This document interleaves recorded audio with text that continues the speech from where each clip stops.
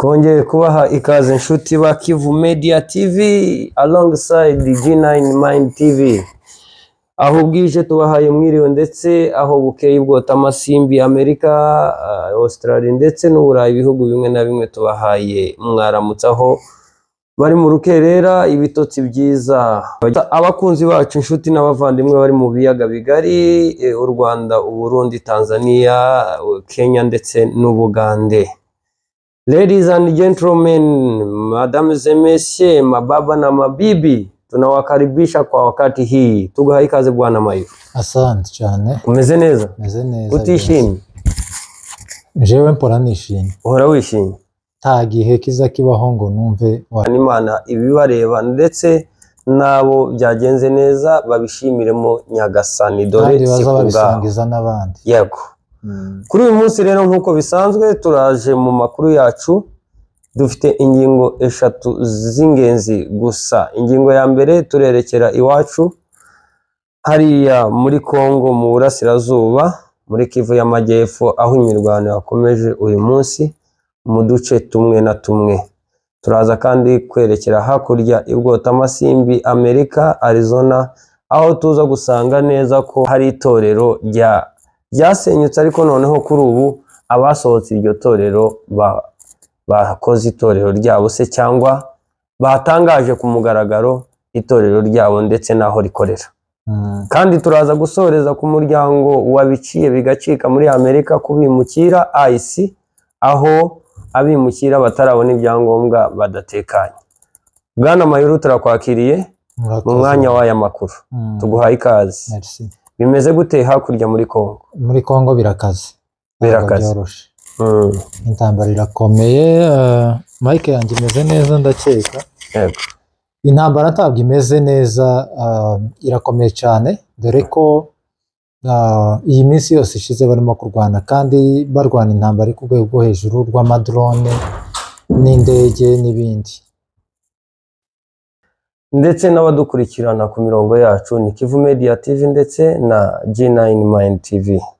Wakora subscribe, ugakora share ndetse na comment kugira ngo mudusungura aho dushobora kuba tutabikora neza, ariko tubizeza kubaha ibyiza nk'uko musanzwe mubizi. Mayuru, ingingo ya mbere, imirwano mu burasirazuba bwa Kongo muri Kivu y'Amajyepfo bimeze bite? Ngo biriwe barwana? Biriwe barwana, ariko twirwaneho kiritwara neza.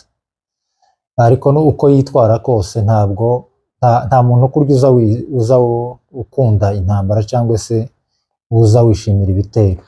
Kandi ibitero aho biva nta handi ni mu gihugu cy'u Burundi, nta handi bitegurirwa naho, no mu ntara zimwe na zimwe za Kongo, Kalemi, za Kisangani no mu mujyi wa Uvira. Uyu munsi rero barwaniye ngire ngo ni muri za Bicumbi, muri Bicumbi niho barwaniye. Ubwo Bicumbi ku batahazi bumva imurenge gusa, Bicumbi ni mu duce tuhe? Ni cyo hagati? Ni mu Minembwe.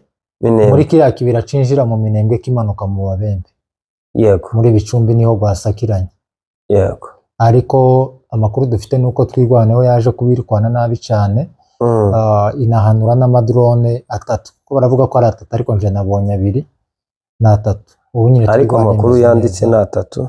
Na 3. Bahagaze neza na M23 kabisa. Bafite mu biganiro byashize nabwiye abantu ko hagiye kuboneka imitaka izajya ipfukira abaturage biriya bivumvuri byabo. None murabibona ko ubu nyine bimeze neza. Bwana Mayuru zihaguruka gutya bama bayibona. Bwana Mayuru, dusesengurira abadukurikira icyo kintu. Twirwaneho ifite uburinzi bungana iki se, cyangwa kwirwanaho kungana gute kuri izo drone? En fait navuga yuko burahagije. Ntibuhagije 100%, ariko byibuza bihesheje abaturage amahoro n'icyizere. Kubera ko bahanganye na drone, nta bwirinzi bw'ikirere bafite, mbese nta anti-drone bafite. Ariko ubu nyine urabona ko byibuza bafite anti-drone, zaba nyinshi uko zaba zingana kose, kuba zigabanya ibitero byo mu kirere. Yego. rero uko bwaba bungana kose ntibungana n'ubwa leta ya Congo n'amadrone ajanwa hariya ntibingana, ariko byibuze n'ubwo bukeya turabwishimira. Kandi tunakangurira n'abantu, hari umudamu umwe mu biganiro byashize narabivuze wigeze kuvuga mu rusengero aravuga ngo iyo drone igura ngahe nyigure kubera ishyaka. Ni ukuvuga ngo byakaduteye ishema niba dufite ubwirinzi bukeya bukaba burimo gukora akazi kangana gutya, byakaduteye ishema kugira ngo dushake izindi drone nyinshi, anti drone nyinshi zo guhanura ziriya drone. Kandi reka mbwira abantu, ni ukuvuga ngo twigwaneho iyi hanuye drone, aho hagati aho ngaho y'impande zombi haba habaye igihombo, ariko si wo kwibaza ngo igihombo kiri kuri inde, kiri kuri leta ya Congo. Ziriya drone zirahenda, ni ukuvuga leta ya Congo yarayiguze, ihemba, ifata bariya basirikare bazikoresheje kubigisha mu mahanga, yes, izibahemba. Iriya drone ibihagurutse, drone ubwayo baguze ibinanahagurutse, ifite imashini ziyikoresha hanze hasi ku butaka, uriya muntu uyikoresha, kandi bifite ibyihagurukanye, ihagurukana ibisasu, nabyo birahenze. Ni amabomba nayo aba yaraguzwe. Mu yandi magambo bivuze ko twigwaniye hano iriya drone itaraduhekura, leta ya Congo ibihombye ku rwego rwiza. Bivuze ko rero twebwe kugura ibikoresho byo kuturinda nta gihombo kirimo, ahubwo iyo turimo guhanura biriya by'umwanzi tuba turimo kubahombya. Rero why not tutagura nyinshi kugira ngo duhombye umwanzi? Ese Bwana Mayuru, urebye departement zigaragara mu mutwe wa FRDC, urabonamo za Rehibu, ukabonamo za infantry, iyi mitwe nyine y'ingabo nk'izindi zose. Uyu mutwe ucoordinatinga amadrone mu ngabo za Congo ushobora kuba ugaragaramo, cyangwa drone zibarwa muri Air Force? Drone zibarwa muri Air Force birumvikana. Ariko haba hari umutwe wihariye wigiye ibintu by'amadrone. Numvise babita ngo drone operators. Ni aba IT bo mu mutwe w'igisirikari wa Air Force wa FRDC. Niho babarizwa. Naho biriya bya infantry ngira ngo niba ariya barasa imbunda n'abarwanira ku butaka. Ku butaka bakoresha zino mbunda zisanzwe. Yego. Nazo n'ibifaru n'iki. Reka rero twizere tunaterera Afande Sematama Saliyoti kubwo gukomeza ubwirinzi ndetse anarinda ubusugire bw'abaturage. Ejo bundi ngo yatanze itegeko aravuga ngo mukubite yaduyi hadi mumukurikirane. Niryo tegeko yatanze ejo bundi. Bya bindi byo kurinda ngo umwanzi adutere. Buriya banakubita kwezero ya mbere n'itegeko yari yatanze. Mubirukeho. Nidushaka tumara ukwezi tubirukeho, ariko dusanga umwanzi tumukure muri aka karere. Ubundi buriya nuko ari ibiganiro bya Doha byagiye bibaho, ariko ubundi bari bafite strategy yo kubamanura bakabitsa ifizi bagahura na M23 hano muri uyu muhanda wa Swima za Makobora. Ariko nyine ibiganiro ngo bize bya CCLF twirwaneho Kameme nayo bigomba kubyubahiriza. Ingabo zabo zisubiye inyuma gufungira iriya Kiseketi yamaza n'abasirikare Rehibu, uwinguyu w'i Burundi Evariste n'abatanzania basaze bakoreye imyitozo muri Israel, mu Bubiligi, Korea y'Amajyepfo ndetse no mu ntuza no mu Singapore nabonye bari batojwe bafite ibikoresho. Yego. Basaga n'ababamanuye, niyo mpamvu intambara ejo bundi yari yamanutse. Kandi tunyomoza n'amakuru bari bavuze ko Rugabo yapfuye, mwabonye ko yatangiye gukora na Fande Kamasa, urugamba rw'ejo bundi niwe warukomandinze. Yego. Nk'uko twabibonye ku mbuga nkoranyambaga Bwana Mayuru, umunyamakuru w'igitangazamakuru Umurenge 5/5 cy'iwacu yitabye Imana mu minsi yashize. Ariko umugoroba washize twabonye ko ikinyamakuru cye cyatangiye gukora. Ni ibintu nishimiye cyane, kubera ko hari abantu bagira ishari muri uyu mwuga wa entertainment n'uwitangazamakuru. Umuntu akumva ko umwe yahora hasi, bibaho si abantu bose ariko bibaho. Yego. Ukubizi nyine abyiyiziho. Ariko nabonye kiriya gitangazamakuru bitewe n'ukuntu Maripo yambabaje, noneho ndeba buri igitangazamakuru cinjiza amafaranga, ariko tubibwire n'abantu.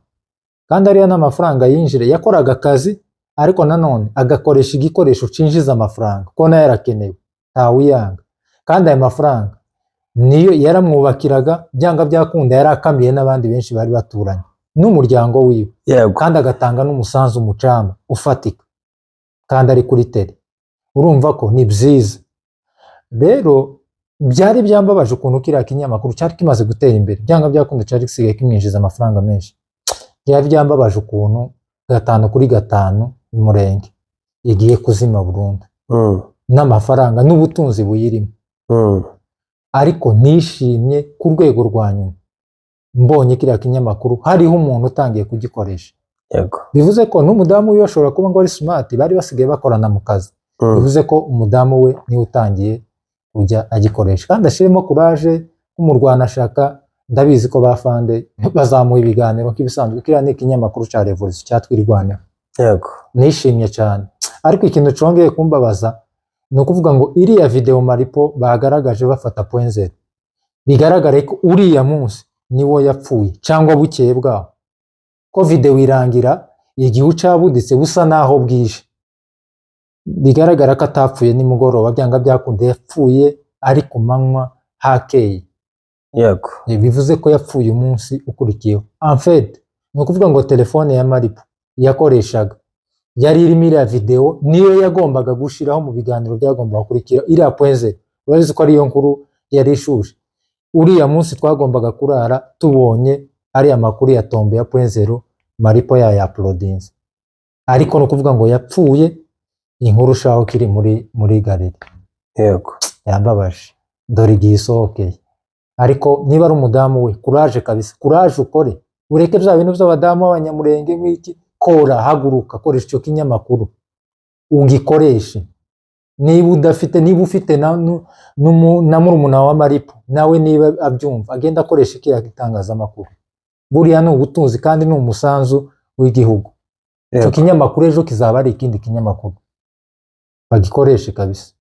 Byashimishije. Reka rero dutange pole ku muryango wa bugufi wa Maripo ndetse n'umuryango mugari wa MRDP twirwaneho kubwo kubura umuntu watangaga umusanzu ufatika. Dukomeza rero n'andi makuru ngo Amerika ibwota amasimbi umutwe w'igihugu ushinzwe abinjira n'abasohoka umutekano wabo ngo ntibimeze neza. Ntabwo bimeze neza. En fait buno butegetsi bwa Trump bwaje ari ikindi. Sinzi niba novuga ko kuri bamwe ni icyorezo. Uriya mutwe wa ICE ni umutwe ushinzwe abimukira. Si umuryango, muri introduction wavuze ko ari umuryango, ariko si umuryango, ni umutwe. Wa ICE rero barimo gukumunzura abantu bose binjiye muri Amerika nta byangombwa. Ni nk'icyorezo. Uzi kubona umuntu muri Afurika dufite ubukene kameme. Uzi kubona umuntu wanyu kumubona agiye muri Amerika, ni igihugu gifite amafaranga n'abari abanyaburayi, kandi ari amafaranga yabo nta handi yavuye mu bunyage bwa Afurika. Ni ukuvuga umwana w'umunyafurika niba aje muri Amerika agakorera amafaranga barimo kwisubiza ibyo Amerika yanyaze bande igihugu ciwe avukamo. Hanyuma rero ko barafata abantu bakabashira mu bigo runaka bateguye, barangiza bakabohereza bakabasubiza mu bihugu bakomotsemo cyangwa se bavuyemo. Ubundi ubutegetsi bwa Trump afite abantu bamwegereye mu butegetsi bakarisha, kandi ni generasiyo y'abantu batoya bafite amashaga gatabaho. N'izi ntambara zose mugenda mubona urujya n'uruza ziri impande z'isi, buriya ni Amerika ibiziri inyuma. Reba nka Israel na Iran nibo bari mu bantu bayikongeza. Reba nka Russia na Ukraine bari mu bantu bayikongeza. Reba ingizi zose zo muri Sudan. Buri umunsi nojagajaga zino ntambara zose zo muri Sudan ngatibuka muri za Ethiopia, kambuka mu Burusiya no mu burasirazuba bwo hagati Iran na Israel nabiriya byagaze. Abantu bakumigwa, ariko abakunzi bacu ntago baza babikunda, bazakunda ngo tugume tuvuge bino by'iwacu. Uzi vice president wa ntuza wa Trump uramuzi? Umusore muto yafasha abantu bakiri bato bamwita J.D. Vance. Buriya ishimutwa rya ntuza rya uriya perezida wa ntuza wa Venezuela niba ari Maduro, ni ukuvuga Trump afite abantu b'abajyanama batarimo abagabo bakuru batoya bagifite amaraso ashyushye. Niba ari ugushimuta perezida, ibo ntibumva ngo gushimuta perezida w'ikindi gihugu birica iki mu ishusho muri image ya Amerika bigize gute. Ariko wasangaga bantuza ba Obama n'abano bantuza uyu nguyu wavuyeho Bush, uyu nguyu w'ejo bundi, uyu musaza wa Biden bafite abajyanama b'abasaza ba kera. Ariko uyu nguyu J.D. Vance vice perezida wa Trump ni umuntu muto cyane. Aho sekreteri muri White House uramuzi? Bamwita Michael Rubio. Akomoka muri Cuba. Trump ejo bundi yaravuze ngo ubutegetsi bwa Cuba bugomba kuvaho, buriya bw'aba Castro baba Fidel ngo bugomba kuvaho, ngo kandi ngo abona Michael Rubio ngo ari yavamo umuntu ngo umuperezida mwiza. Buriya no kuvuga ngo Rubio nawe ni umwimukira ko atamuhera. Uzi ko abasenateri, hari umusenateri umwe ukomoka muri Ethiopia niba atari Somalia, yaramwihaye mu nteko. Urabizi ko Amerika bo bivugira icyo bashaka, aramwiha cyane kuri ibi bintu nyine by'abimukira byo kubagarura. Trump yamavuga ngo tuzakudipotinga kandi amaze nk'imyaka nka 40.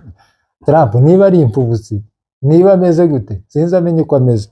Uwo permanent secretary wiwe munoza ni Michael Rubio muri White House. Umuntu ushinzwe rero ano makonfli yo mu burasirazuba bwo hagati ni babiri, hari umwungiriza n'umuntu uza n'uhakuriye. Ni ukuvuga ngo uwa mbere ni Steve Witkoff, ni umugabo w'umuhanga cyane, bakunda kumwohereza kuja kubonana na Putin na Ukraine. Yo byakomeye cyane hariya muntu uza kwa Putin na Ukraine, aza yamaje niwe azayohereza, ni umuhanga cyane. Umwungirije rero ni Masad Bulos, nawe ni umwungiriza muri biriya biganiro bya ntuza zino konfli za Israel na za byose. Rero ibintu bya Amerika n'aba bantu biwe bayoborana sinzi ukuntu bameze kabisa. Amerika barayitobye, ariko wenda wasanga bashaka kuyigira icyo bashaka, abazungu ntawumenya. Bwana Mayuru, tujye komeza n'uyu mutwe tubariza abantu natwe tugira ngo tubumve neza. Kuki witirirwa Trump kandi waragiyeho kera? Afite wagiyeho kera, ariko kubw'abandi ba perezida ibyo urimo gukora ubu ngubu ntabwo wabikoraga kera.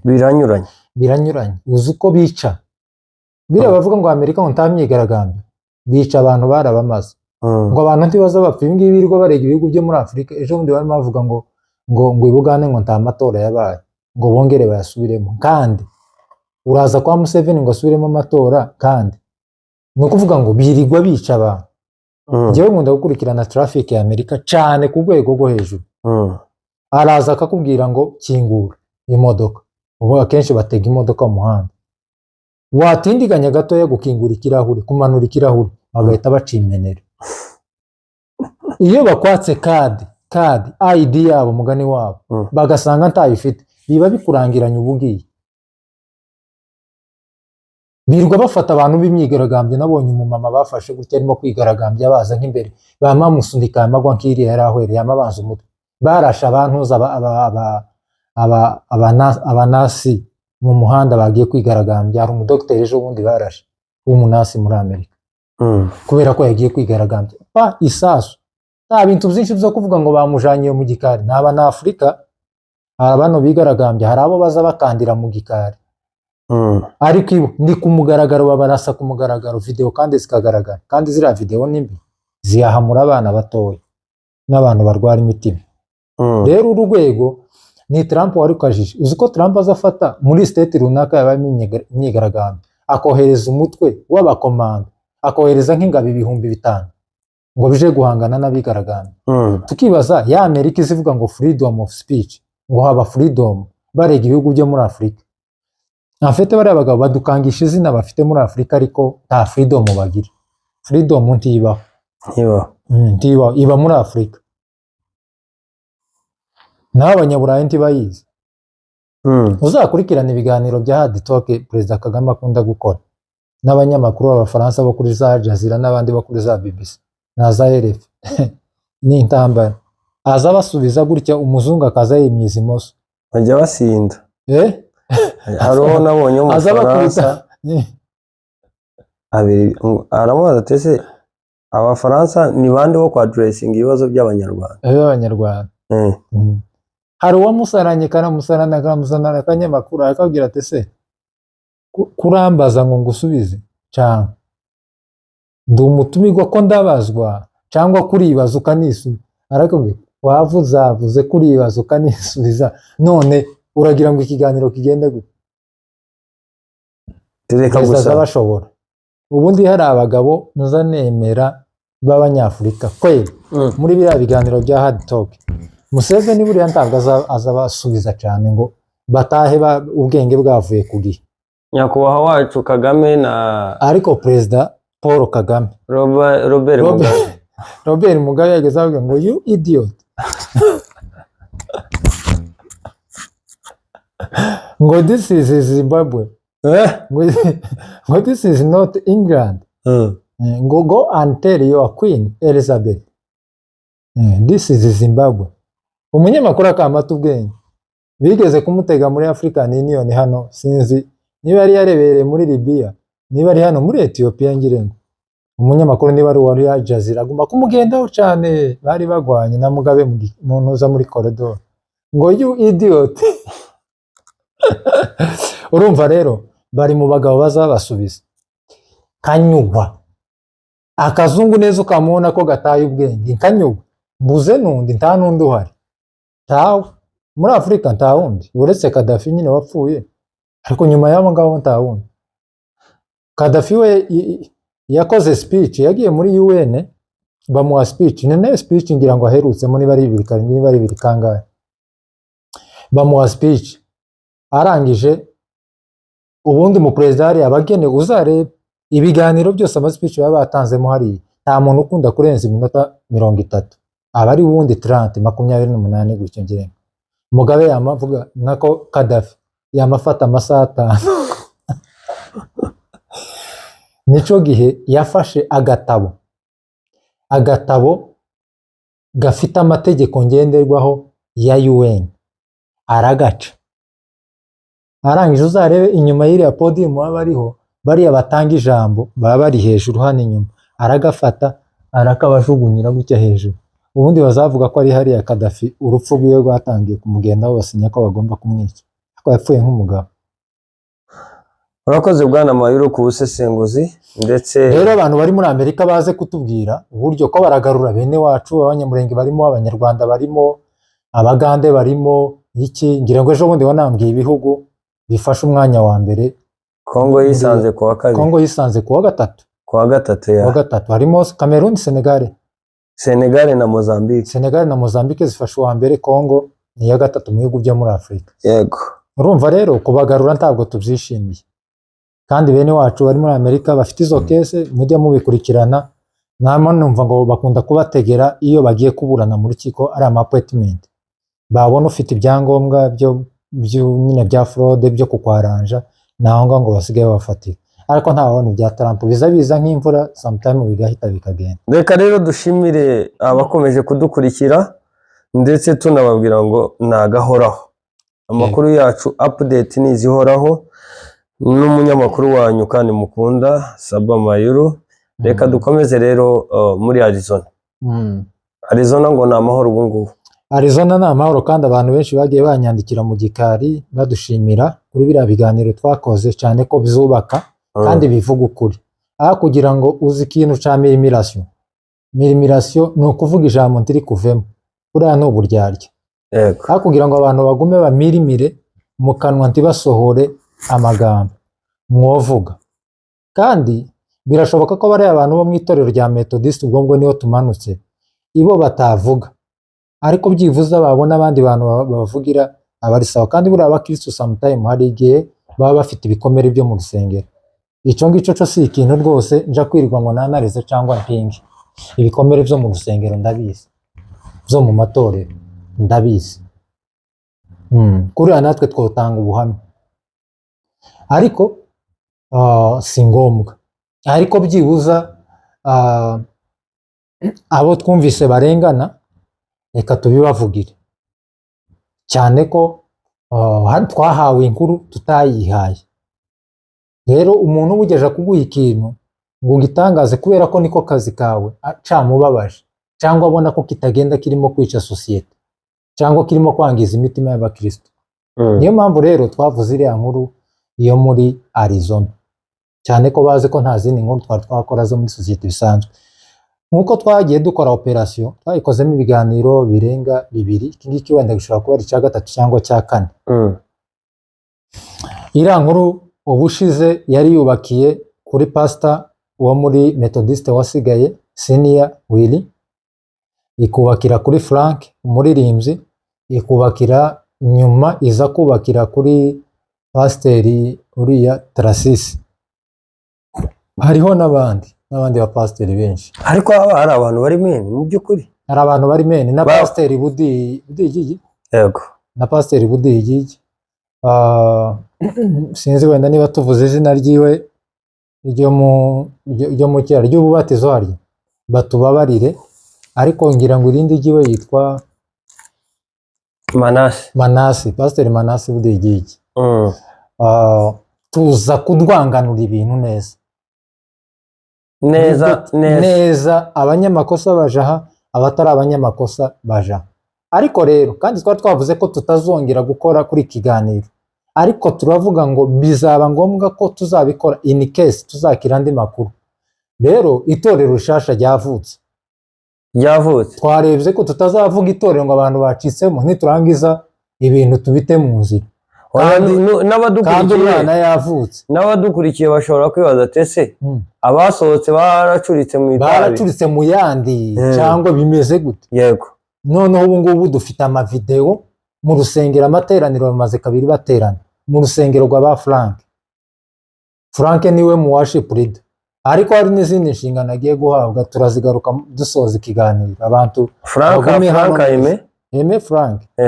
mu bitona batungura abaye umushumba. Wow.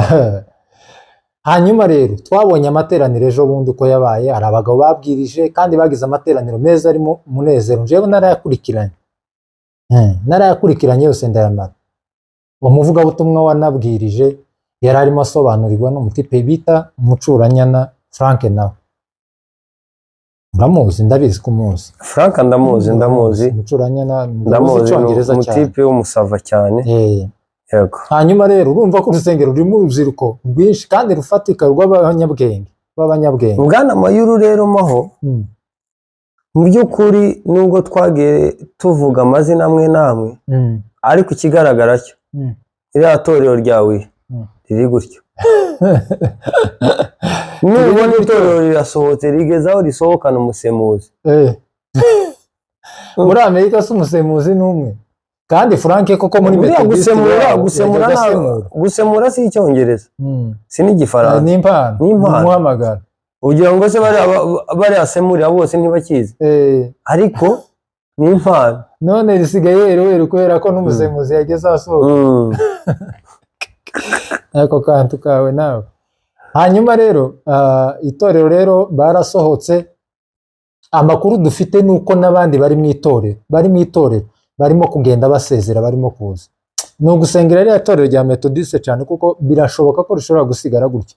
Na message nagiye nakira mu biganiro abantu bagiye bamba, kandi ubona ko ari abana bato, kuko abantu bakuru bacu bari mu hejuru y'imyaka 38 kugira ngo yiyite izina ku mayimeri n'izindi za social media ritari irye, niba ari Sebagabo kanaka aje kwita za ba Fila ba Bulldog bite ba Bruce, biragoye. Rero ubona ko n'abana batoye bita amazina nyine nkayo ngayo y'ibihimbano yabo y'ubu ngo bagezweho. Hari message agwa hariya ukavuga ati kabisa senior pastor koko wa Methodist ashobora kuba hari ukuntu koko kumvikana n'abantu tagenda, ko umuntu yanyere message kandi ukiri mutarambye ati yewe Methodist yego ntitwayivukiyemo, nubwo twayivukiyemo twakuze mbese ariyo turimo, atariko senior pastor niwe witorera umuntu uhagarikira, niwe witorera ubwiriza, niwe witorera nta wundi muntu uvuze. Abantu bari muri Arizona mutunyomoze niba uwo muntu yabeshe.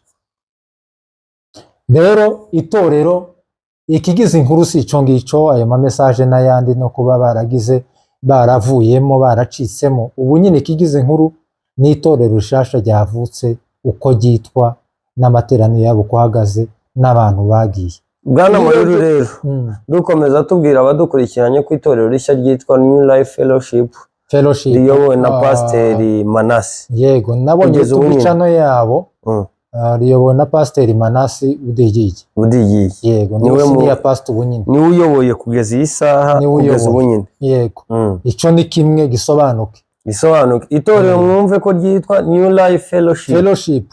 Niba ari Phoenix ni muri Arizona muri YouTube channel yabo nuko ryitwa New Life Fellowship Phoenix niba ari Phoenix niba ari ni Phoenix nura mujyi batuyemo bakunze kwita Phoenix ariko ni Phoenix bitewe niwo mujyi wa Arizona mukuru ni hariya mu mujyi rwa hagati. Yego hanyuma rero senior pastor ubu nyine ni Pasiteri Manase Budigigi. Noneho umuntu urimo gukordona iby'abaririmbyi bintu byose bijanye n'indirimbo ni Frank ndateshagurwe ni Frank. Yego niwe uyoboye ibyo bintu byose bijanye n'indirimbo kandi amateraniro ari mu kuyabangara nawe turaza kumugarukaho. Ariko se Mayuru kusimbutse kandi wateye abadukurikiye amatsiko ko bivugwa ko Frank ari mu igeragezwa ry'indi mirimo turaza kuyigarukaho. Turabanza tugaruke ku ivuko ko Frank bagiye bamushira mu majwi bavuga ngo ari mu bantu bateje mugomo. Ikindi ngo ari mu bantu bayoboye abantu bacitsemo. Turaje tumweze Frank turamaduhera Frank muri Afrika Kayonza cyangwa Kibungo Kayonza reka ubundi twama tumutibukeho nizo nshingano gaturebe ari muri majaribiyo hagati aho. Bwana munyamakuru Frank nuko azwi ku mpano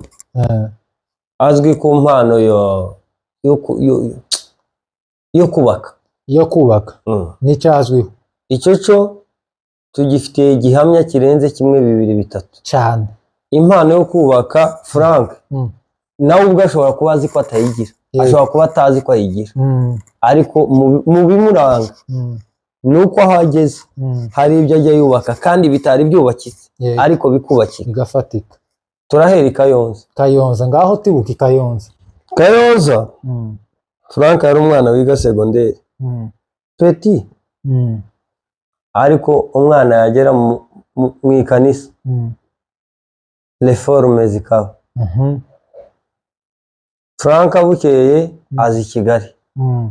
Igihe Kigali hari minisiteri yitwa Upendo ngaho nanje niho nari gufatira yasanze Upendo iri hasi cyane ngaho tibuka asanga Upendo iri hasi cyane Upendo arimo abaririmbyi babihoza garajake babagabo Merci bande bamuhire yari ifatitse ariko Frank umusanzu wiwe waragaragaye muri Upendo.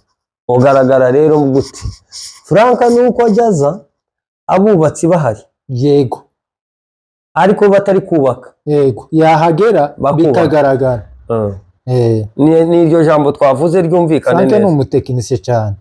Ikindi Frank arusha abandi bantu bose bano bantuza baririmbyi bose abenshi simvuga ngo bose ariko abenshi abandi bona mwigira abangaba baba bagenda bikubeta mu ntuza mu birenge byiwe byaho yanyuze mu kirari ciwe. Frank ni umwana ukunda itorero akunda amateraniro ntabya bindi by'abahanzi ngo yagiye ngo kuririmba ngo na yego yojayo ariko Frank ni wa mwana uzi ugaragara mu materaniro wa musore utazuva mu materaniro. Niyo mpamvu rero aza yubaka ibintu bikanafata kandi ntagira utuntu twahirya ngo aca ikindi ni umunyakuru kandi yanga hoshi. Niba uzanye ibintu atumva bipfuye aho ngaho by'igisaza aragusatura rwose ntabwo aguhisha. Frank ntabwo ari indyarya. Yavuye muri ntuza muri Upendo aja mu Banaziri. Upendo ntiyayivuyemo en fait yagaragaye muri Upendo akomereza mu Banaziri kuko ntiyababagamo. Influence y'ibiragaragara Abanaziri bari basanzwe bariho igihe cy'abamuhubiri n'icyabandi indirimbo ya mbere yabo bakoze niwe ni Frank wayiteye. niwe Yego. N'ibisinimba byabo biratangira birafatika na stage yabo nigeza guruka gutya. N'ubu twifashishije YouTube y'Abanaziri indirimbo ya mbere yabo niwe ushobora byose. y'Abanaziri yibuka ngire ngo ni ya 2020 niba atari na 2023 ishobora kuba yaranditswe na Frank na Muhubiri. Yego. Ishobora kuba kugeza ubu ngubu ifite miliyoni n'ibihumbi 500 views. Ngaho aho umusanzu 2022 ndiba umusanzu wiwaho utagaragarira ni he. Frank rero bubaka Abanaziri barafatika. Iri zina Abanaziri bafite titwovuga ko ari Frank wari bahaye kubera ko yagiyemo Abanaziri bahari, ariko neza kugira ngo izina ryabo rifate indi ntera Abanaziri bafatike babone n'abayoboke benshi. Uruhare rwa Frank rurimo. Frank rero batibutse muri Foursquare.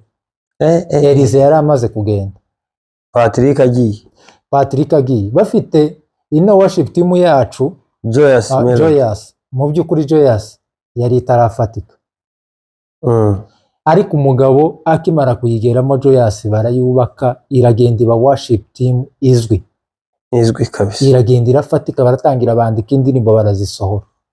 Nubwo wenda ashobora kuba ataragize uruhare mu kwandika indirimbo zabo kuko turabizi ko Pastor Ben ico kintu niciwe hano mu isi yo munsi y'izuba. Ariko influence ya Frank irimo hariya muri iriya worship team, ndetse yewe n'agatuti kantuza ka Foursquare karongeye karafatika. Buriya Elisa akimara kugenda, Patrick akimara kugenda, uriya wo muri Nkunda bose abantu bari bazi ko kari agatuti birangiye. Patrick yogenda akabona undi Elisa baraje yamafata agatuti gutya gashira mu biganza. Elise rero ngo amare kugenda muri Kigali nta muri deri wari uhari, twabona ko yewe no muri za Gisubizo yabarizwagamo. Ariko umwana Frank sinzi yavuye ira mu myoma ku kiraro muntu uzani bari za Gasyata ni bari za Yasengera ngo Nyabisindu hiryi za Nyabisindu iyo ngiyo mu Makobe baza bahita ngo ni mu Rutumva ingoma. Umwana araza araseruka hari agatuti ka Foursquare yamakazingazinga, dore yari mu kuviri akaza kuririmba abantu bari mu kumukumbura bagashira. Avuye anagiye muri Arizona muri Methodist rebiri ya worship team. Icyo nakubwiye bwana munyamakuru, Frank kumubona mu kirari cya Nkunda bose Patrick uri muri Swede na Bigira Elise uri muri Belgium, kumubona mu kirari cyabo bagabo tacuho habe n'akantu kangana gutya. Ariko magingo aya ahubwo hari magingo aya muri Kigali cyo cya Frank kiracyahari muri Kigali ndetse n'intara. Kuravuga umujyi gusa wa Kigali yegeranye u Rwanda. Kana ndimo ndabona muri iyi minsi kariho kagira gutya kagasunika. Mbabazi bakunze kwita Vinicius. Mbabazi uriya w'i Burundi. Mbabazi no muhanga ndamwemera, ariko bitewe n'igihugu arimo kiracari hasi muri gospel. Yego. Ariko Mbabazi no muhanga abaye hano muri Kigali yokora pe kandi neza cyane, ariko ari Burundi. Ariko dukomeza tubabwira aho bigeze muri New Life Fellowship Arizona Phoenix. Ko turabwira uriya Frank ngo arimo arageragezwa mu turabibona neza muri Majaribi. Ubundi amakuru nuko tuyafite mu by'ukuri. Abari muri iryo torero New Life baze kutwandikira barayatubwira neza batubwire, ariko bo mushira muri Majaribi wo kugira ngo asengegwe ikintu kimwe gusa kibura. Iki kimwe Majaribi yo mutsinda, ariko ga muri cagi uri muri Majaribi bazabiguteguza. Ikintu kimwe cyo mutsinda nuko atarashaka. Buriya kugira ngo baguhe ubushumba utarashaka biragoye. Ariko ico ntikigoye kuri Frank carakemutse. Arabwa kiri muri Afrika se ngo aratinya ubukwe. Hari waba wifaranga na tsinda uwo mugozi ushake maze ugire. Ese ubundi bibaye confirme ko Frank agiye gusengerwa kuri izo nshingano. New Life isohoje isezerano ry'Imana ko na Paulo yigeze kubyandikira Timoteyo amubwira ko ngo wifuza ngo umurimo wa data ngo abayifuje ikintu cyiza. Yego. Mu by'ukuri ni ikintu buri wese yakifuza, ndetse uba muri field ya gospel cyane nka Frank yaba ari mu bajene b'abapasiteri babaye muri generasiyo yacu cyangwa se muri gospel nyarwanda se cyangwa y'abanyamurenge, hari abandi bapasiteri baba bangana nawe? Barahari, ni benshi barahari Ku myaka ya Frank cyane rwose. waduha ingero nk'ebyiri? Okay, sinovuga amazina yabo hano mu kiganiro, ariko barahari. Reba ubwo duheruka i Buganda, rwa rusengero twakoreyemo ikiri, wabonye pasiteri wabo? Uriya ni mukuru, naje gusanga ari umubiri. Ni mukuru. Frank ni uruhinja. Frank ni mutoya, ariko Frank mu gihe agaragaramo iyo mpano n'uwo muhamagara akaba awufite, ku myaka yiwe ntabwo ari muto, yashatse ntabwo ari muto rwose. Timoteyo yayoboye afite ingano. Nicyo kigero cyuzuye cy'abantu. Kandi amakuru mfite neza ni ukuzasuzuma neza abashumba batubwira. Timoteyo nawe ashobora kuba yarabaye umushumba atarubaka cyane, ahubwo se yaje kubaka. Nabyo ni byo kwiga. Uriya mugenzi we bakoranaga wari ituro ahungira kwa Pawulo aho yari ari mu mbohe, arya ninde? Filimoni. Ni Filimoni? Ni Filimoni w'iby'ituro. Filimoni yaribwe. Yibwe na Onezimo. Filimoni yibwe ituro na Onezimo. Umukozi wiwe. Ahora yandikira Filimoni urwandiko asabira nde? Onezimo imbabazi. Aramubwira ngo zose ubimbarire. Ati kuko yansanze mu nzu y'imbohe angirira akamaro cyane. Ega twabwiriza. Ni ijambo se tuyobewe? Cyangwa ni ukuvuga? Mu by'ukuri bakunzi bacu rero badukurikirana, Frank mu makuru ava muri New Life Fellowship nuko mu by'ukuri kubw'umugambi w'Imana tutazi twebwe ndetse namwe, nuko ashobora guhabwa inshingano zisumbuyeho izo yari asanga. Yego. Rero nanababwira bano ba Frank, sinzi impamvu rino zina rya YouTube yabo rigisa naho rikiri mu gikari, kuko iyi researchinze kuri YouTube ntabwo riragaragara. Iryo si ikosa rya ba Frank, uriya biterwa na recommendation ya YouTube. Oya, ntabwo ari recommendation, kuko natwe YouTube turazifite. Iyo umaze gukora nk'ibiganiro nk'abingahe, ahubwo muri system ya IT yabo hari ukuntu sinzi ibintu bya IT cyane, ariko umu-IT wabo cyangwa umu-YouTuber wabo agerageze bizakunda. Naho recommendation, ikiganiro narakirebye nako service yabo mu masaha 4 bari bafite abantu 400. Umuntu watangije YouTube uwo munsi 400 YouTube batangiye kuguha recommendation. Yego. Kandi n'ubwa kabiri bayisengeyeho. Rero izina ryanyu rigaragare, turyamamaze, nituza muri Amerika njewe naho. Kandi nta yindi state nzaba muri Amerika. Tinya ubukonje. Arizona. Uturane na wa Frank? Ndani hariya muri rusengero ndashaka kubana na muzehe Tarasisi. Naramubonye ku cyumweru rero yambaye neza cyane. Ikoti ry'umweru avec black costume. Oui. Costume nziza cyane. N'umugabo wabwirije yari yambaye neza. Bakunzi bacu rero, reka tubabwire ko ukeneye kuruhuka, sauna, massage ndetse gufata ka cyayi, nta handi ni hano i Kanombe muri Global Village Apartment. Yego.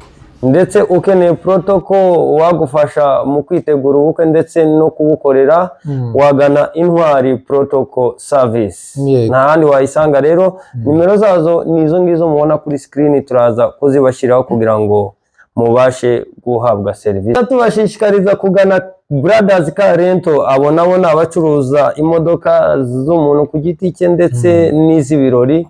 Nimero zabo muraza kuzisanga aho muza kubagana nabo babahe serivisi. Mukeneye ndetse n'abashoferi bari professional nabo ngabo ni Brothers Car Rental ikorera hano i Remera. Abavandimwe babiri barabatwara, bazi Kigali, bazi naho urushinge rwatakaye. Iyi myenge yose ya Kigali barayizi. Dusuhuza rero abakunzi bacu badukurikirana. Kadete hari ryari Gahanga. Rusuje Kadete ni inshuti yacu, ni umukunzi wacu dukurikirana 5 kuri 5. Bwana Mayuru, reka rero dusoze inkuru ya Arizona. Turayisoza gutya. Turasoreza kuri uriya mugabo Tarasisi. Je suis convaincu.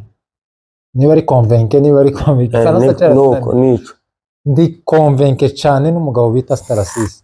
Ibaze ko none no muri iri torero rishasha bagiyemo, Tarasisi ntabwo ashaka ikintu cyitwa ubushumba.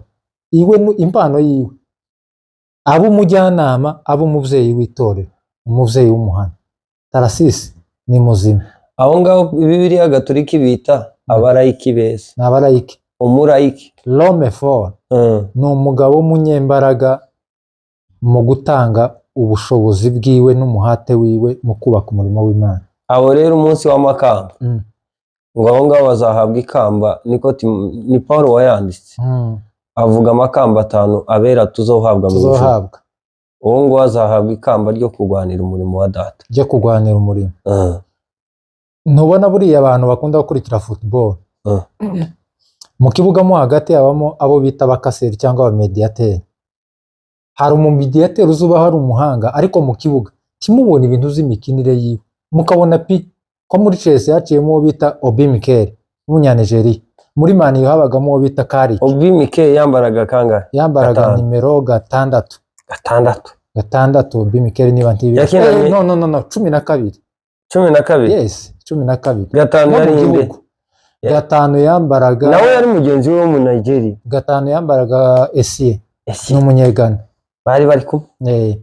En fait, Esie w'ibikorwa bye byaragaragara n'abakaseri bangoro Kante n'abandi. Ariko Obi Mikel ntiwageze umenya ibyako, ariko waje muri statistique igihumbi. Na Michael Carrick muri Man, uyu nguyu uri gutoza Man iyi ngiyi imeze neza. Yakinaga mediane ya Man. Nta mupira wa Carrick wageze ugaragara. Ariko waje kureba statistique za Carrick igihumbi. Rero aba bagabo rero baba mediateur abangaba mu rusengero ba Tarasisi.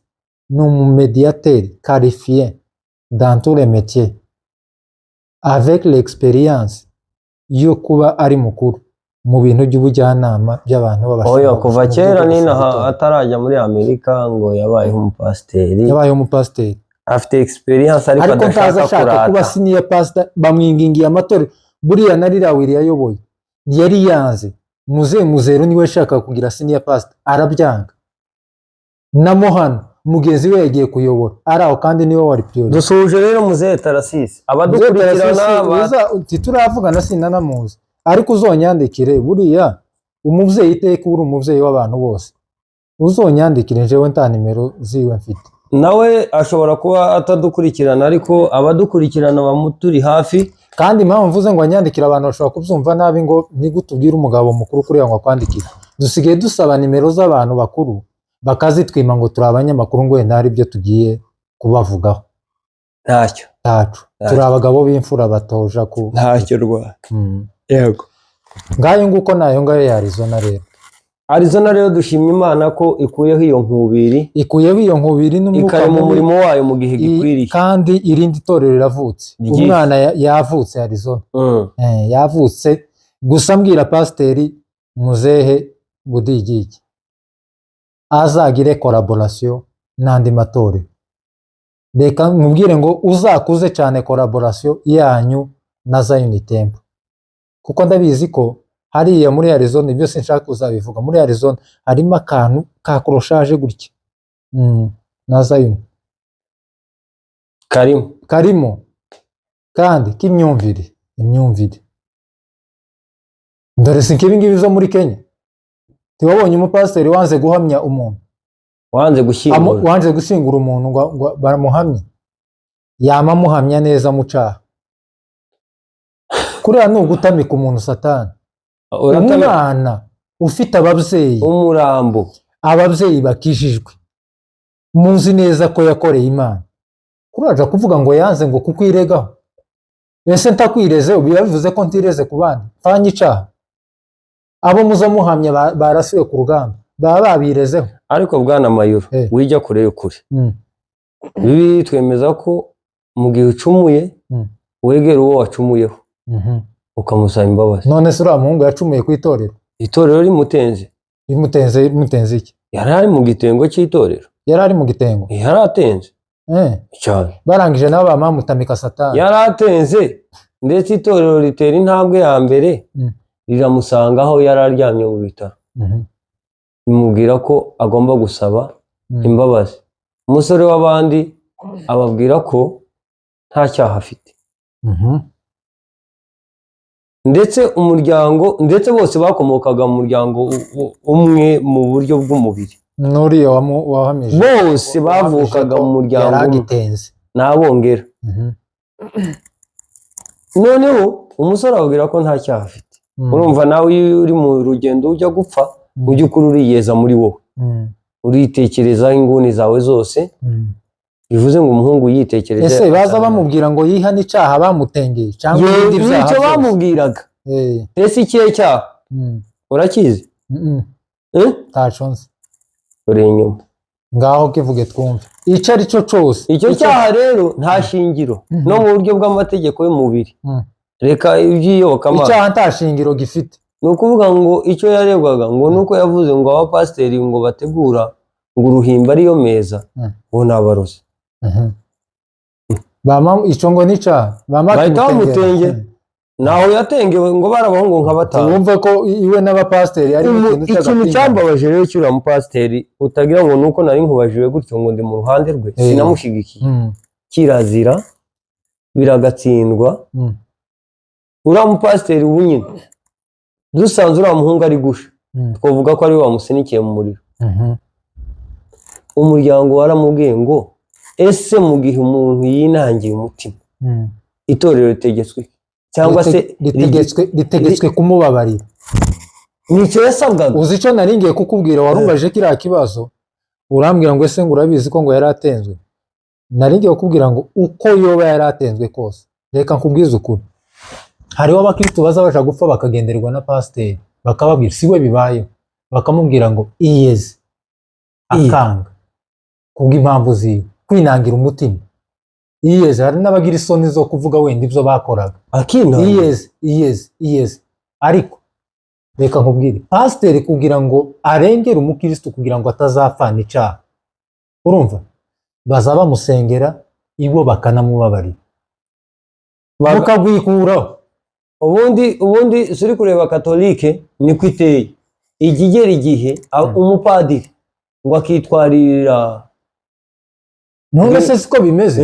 None se umushumba ntaza yitwarira abakristo. Niba unyitwarira ntiwitwarira ibya uba witwarira iki? Yegora imyenda yanje idafuze iki? Ibibazo byo mu wanje nakoroganye n'umugore cyangwa n'ibyaha cyangwa inkweto zidahanaguye cyangwa gushwana kwanje n'umukozi. Eko hari umunsi tuzoza na pasiteri hano tuzane na bashehe. Ariko mwana tuzoza mu baturika twese. Nuko twanze kubishyira hano tuganira na bamwe mu bashumba kandi benshi. Nuko ikigutangaza ikikwereka gospel y'iyi minsi y'abashumba bamwe batabifitiye umuhamagaro. Nuko wicaje abapasiteri bane hano nona babiri muri bo ntibemezanya n'ura mugenzi wabo. Ivyo ririya torero ivyo bakoze. Mbese hari aho umukristo rero numvise ibintu uriya mugabo avuze mukiriyo ngo numve ukuntu avuze uriya mugabo nama numva ubwoba. Noneho buriya uriya mugabo yanakoze ikosa mu byo yavuze. Uzi ko yatangiye speech afite n'ukuntu afite mu dufiyeri. Umuntu w'umupapa w'umushumba ahita avuga speech itangira avuga ngo ni umuryango w'imusabye. Pastor umuryango urasabye kugira yarangiza akaja kubivuga hariya. Hanyuma se umuryango ugukoresha herere yo gukora ibyitorero mu muryango gute litagomba gukora gute yabikoreye iki? Iye yarangiza icyo naco nawe nicyaha ngaho nibakimutengere nibamutenge icyo nicyaha yakoze yarenze ku mahame y'itorero natengwe rwose tumusabiye igitengo. Niba icyo kintu yarakivuze niyo speech ya mbere mu isegonda rya mbere. Ariko nanjye ngira ngo numvise ko umuryango ngo wagumye kubinyingingira gupatira niyo speech ya mbere kugira icyo ngo tugira gute ngo dukora ngo hano umuryango niwe itorero uriya muntu nta buhamya yari afite.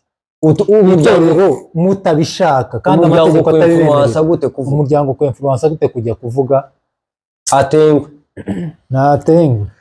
Hari umugabo buriya no kugira inshuti mbi ni igitangaza. Nta mugabo mwene wacu yagize inshuti mbi nayo iri ku mwuka wa nyuma. Baramugendereye iti ihane kanaka ihane. Inshuti ye imuje mu matwi. Ugiye kuvuga ibyo tubamo nge nawe utinya umuriro.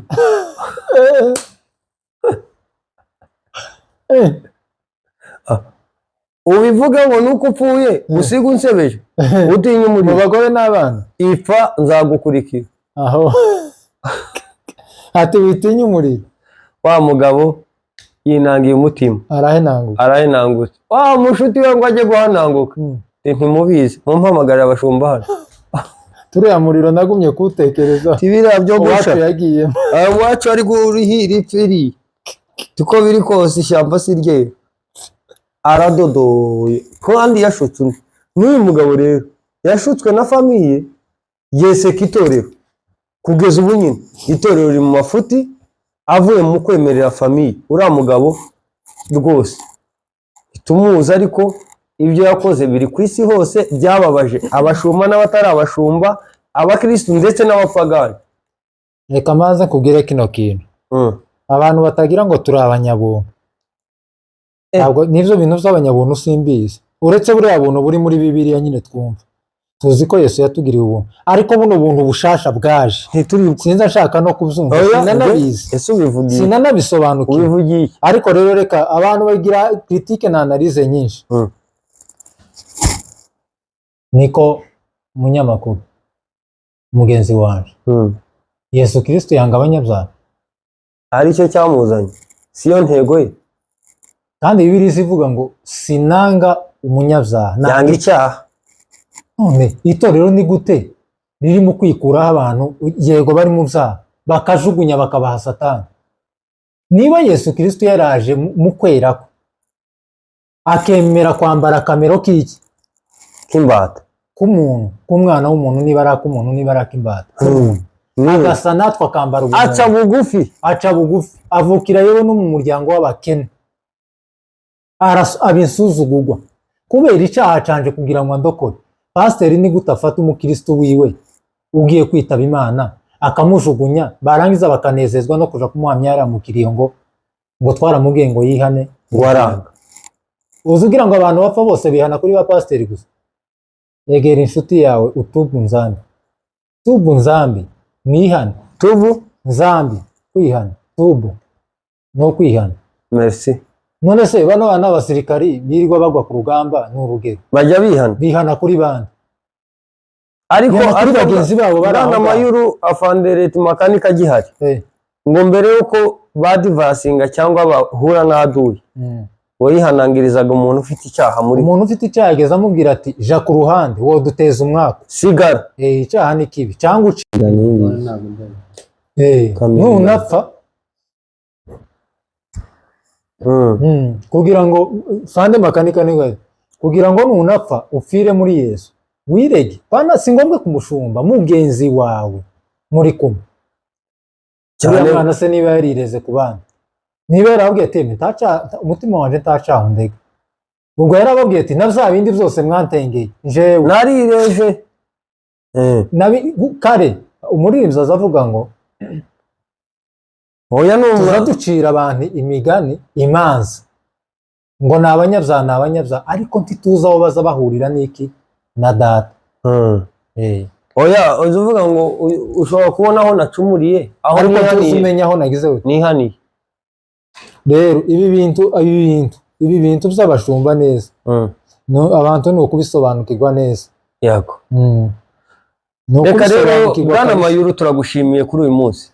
Nibiba ngombwa iyo saga yanuza ya gusa iraremereye si ngombwa iyo muri Arizona y'abashumba muri Arizona na Zion naye dushobora kuzayivuga. Oya kandi bari mu buyobe bukomeye cyane. Twebwe tuzayivuga tuyivuge tumenye ikintu kiri aho twatugenda ngo tugume dufifike abantu bagume bagendere mu byaha. Oya bije hanze abashumba tubatumire babisobanurira abantu. None se ni ukubera iki wa mugani birirwa batubwiriza bakatubwira ara mu itorero ariko hakaba amatiku mu itorero akadutera urujijo kandi birirwa babwiriza kuki ayo matiku agenda avuka kandi mu bintu by'imiyobore by'iyobokamana biri muri Bibiliya bikaduteranya muri sosiyete.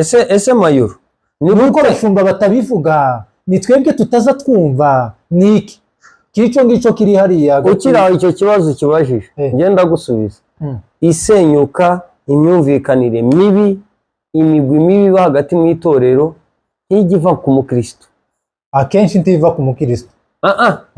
None se tujye mu buzima busanzwe niba uri MD uri manager director w'ikigo ngewe nkaba umusavent usanzwe ndi umukozi ngize ukuri ninjye ko influence kugira ngo nkuveyuke cyangwa niwo umanukaho ni wowe niwe muyobozi biragoye ko umukozi yokurira umuyobozi bivuze rero abakristo twebwe dufesinga mistake zabereye hejuru swat turimo kubona ibintu bidafututse bitagenda cyangwa se ibintu biri mu nshingano z'abashumba bakagombye kugira gute kudusobanurira batadusobanuriye bitagendanye arega iyobokamana bigendana no kwemera iyo twemeye ikintu turakiyoboka rero iyo tudeviye turi bakuru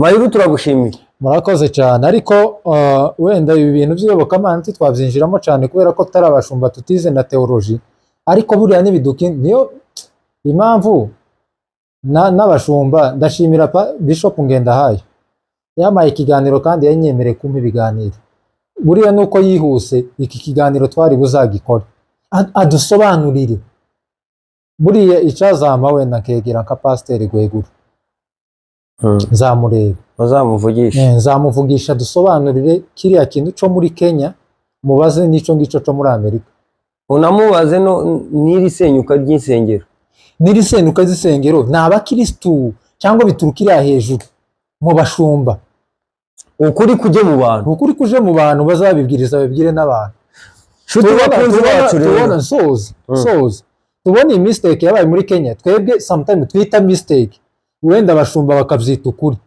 kibi ngibi hakagombye kuba mu matorero yose yaragiye yigisha abantu kiriya kintu cabaye ese koko ni ukuri uriya musore wapfuye yari mukuri itorero ryakoze mistake cyangwa itorero ryafashe umuntu uri muha Satani kandi hari ikindi ngingo ibarengera muri Bibiliya bakagombye gukora in case umuntu yari agifunze ariko babona yenda gupfa yenda gucikana kugira ngo adapfira muki muzaba itorero kuki ritavuze atoke wanze kwihana reka tukubabarire kubera iki dufasha abantu kubasingiriza Kristo siko bimeze siyo mission yabo reka twebwe tukubabarire kiriya cyaha twagutengeye turakubabariye tukwese none se kuki bamusengeye avuze ngo turangije ngo dukora imihango yasabwaga ngo mu bitaro ngo turapfukama ngo turamusengera mwaza musenga iki mwaza musengera iki umunyabyaha ngo agire gute wanze kubabarira ngo ari mu cyaha urasengera umunyabyaha niba ufite ubushobozi bwo gusengera umunyabyaha wona mubabarira caca Bwana Mayuru tuvuga ko iyo ngingo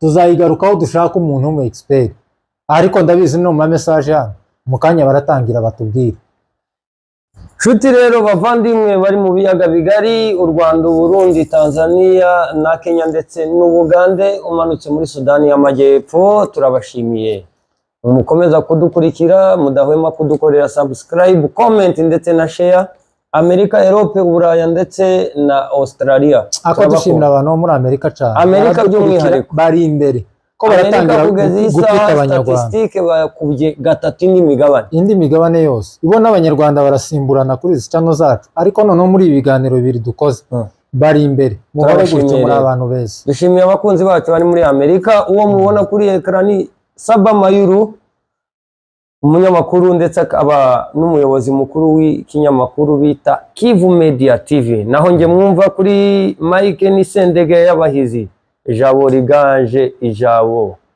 kora subscribe Rain Mind TV ndetse no kuri Kivu Media kugira ngo gahunda zacu zihore zikugereraho ku gihe nakagaruka rero Bwana Mayuru turagushimiye bye merci Imana iguhe umugisha